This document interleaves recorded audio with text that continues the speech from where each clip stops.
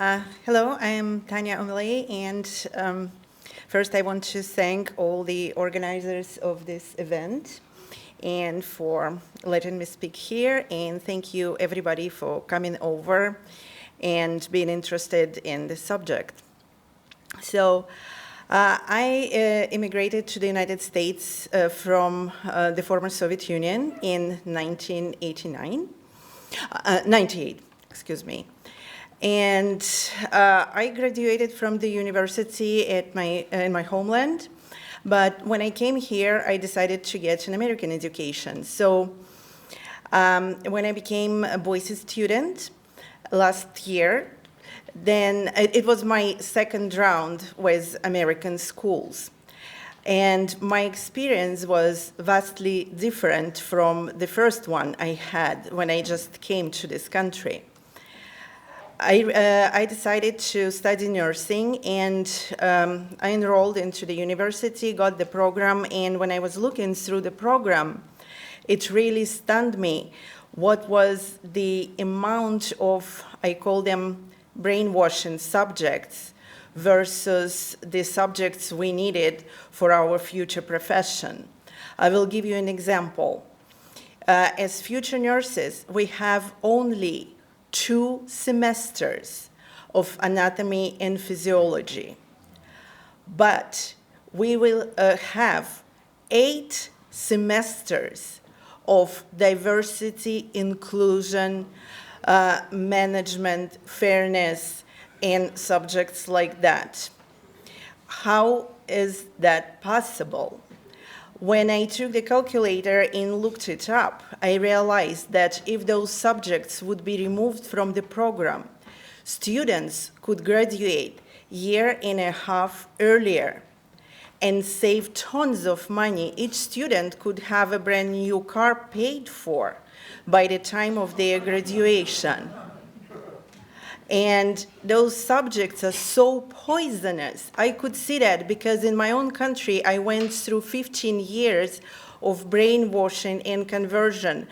I knew Marxist conflict theory like my own palm, because we were taught it from our first class to the last year of university if you chose to go for higher education.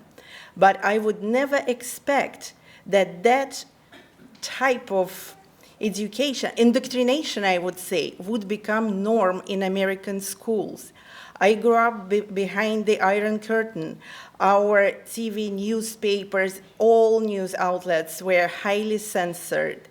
But we were listening to the Voice of America, to Deutsche Welle, and we knew that the world was living, the Western world was living different lives.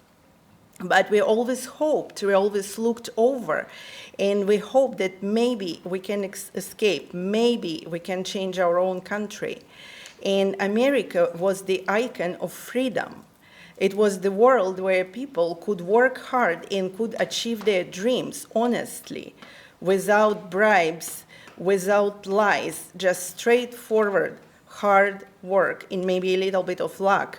Yes, luck also counts. And it is very, very scary to me to see what is happening to the education now and how the young generation gets poisoned, because the schools really bake social justice warriors with the speed of light.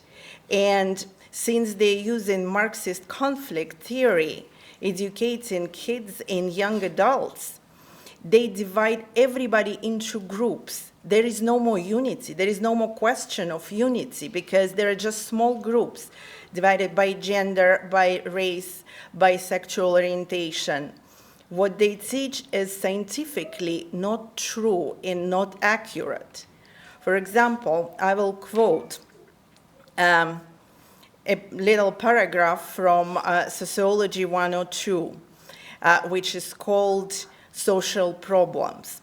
There are 17 chapters in this book, and they go about literally every aspect of life. And they say that you're always a victim. You're a victim as a woman. You're a victim if you're a person of color. You're a victim if you're an immigrant. By making this idea, like putting this idea into people's heads, they take away your opportunity to develop, to become a better human being, to succeed, because victims have no power over their lives. And that's what they do.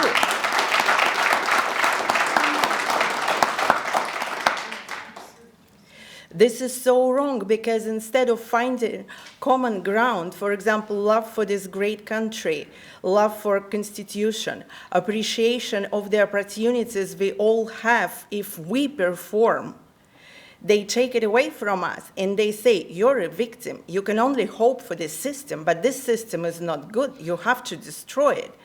Virtually, after each chapter, they tell you to go and destroy the system any way you can. Let that sink in. They say that socialism is great. You will have free education. You will have free medical care. That is lie. That is a lie. I lived in a socialist country. Yes, our education was free. But they forget to add that once you get educated and you go to work, you will not be paid. You paid pennies on a dollar. You can never. It took my father, who was a dean at the university, one of the best universities in Moscow, Russia. It took him 12 years to save up money for a car. And it wasn't a Ferrari or Mercedes. Our medical care was free, yes, even dental, especially if you want your teeth to be pulled out without anesthesia. Because if you want anesthesia, you have to bribe the doctor, since they don't have it on hand unless you pay. Everything what they taught me at school about socialism here in America is a lie. It's not a great system. It's extremely unfair. And yes, you're equal. 90% of the population are equal in their poverty. And 10% of elites are also equal, almost, between themselves in their luxury. In our social justice book, again, I'm talking about gender now, they were saying that gender is a social construct. It's only an idea. There is no scientific proof that men and women are different. And gender is used as a tool of oppression. And if we want, that's word-to-word quote, if you want to fight oppression, you need to fight gender and eliminate gender itself. How are you going to do that? This is so ridiculous. And we need to fight. We need to fight for the kids. We need to fight for our future. We need to fight for having real education in schools. Yes, thank you. Thank you.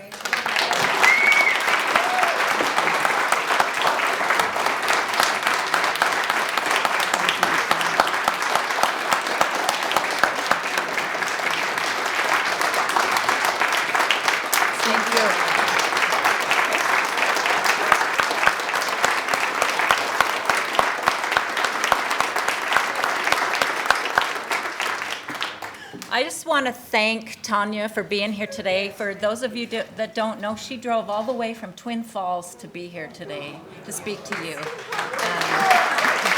Thank you for having me. Yes. And also, Tanya, thank you for your courage and your bravery to stand forward. We appreciate you.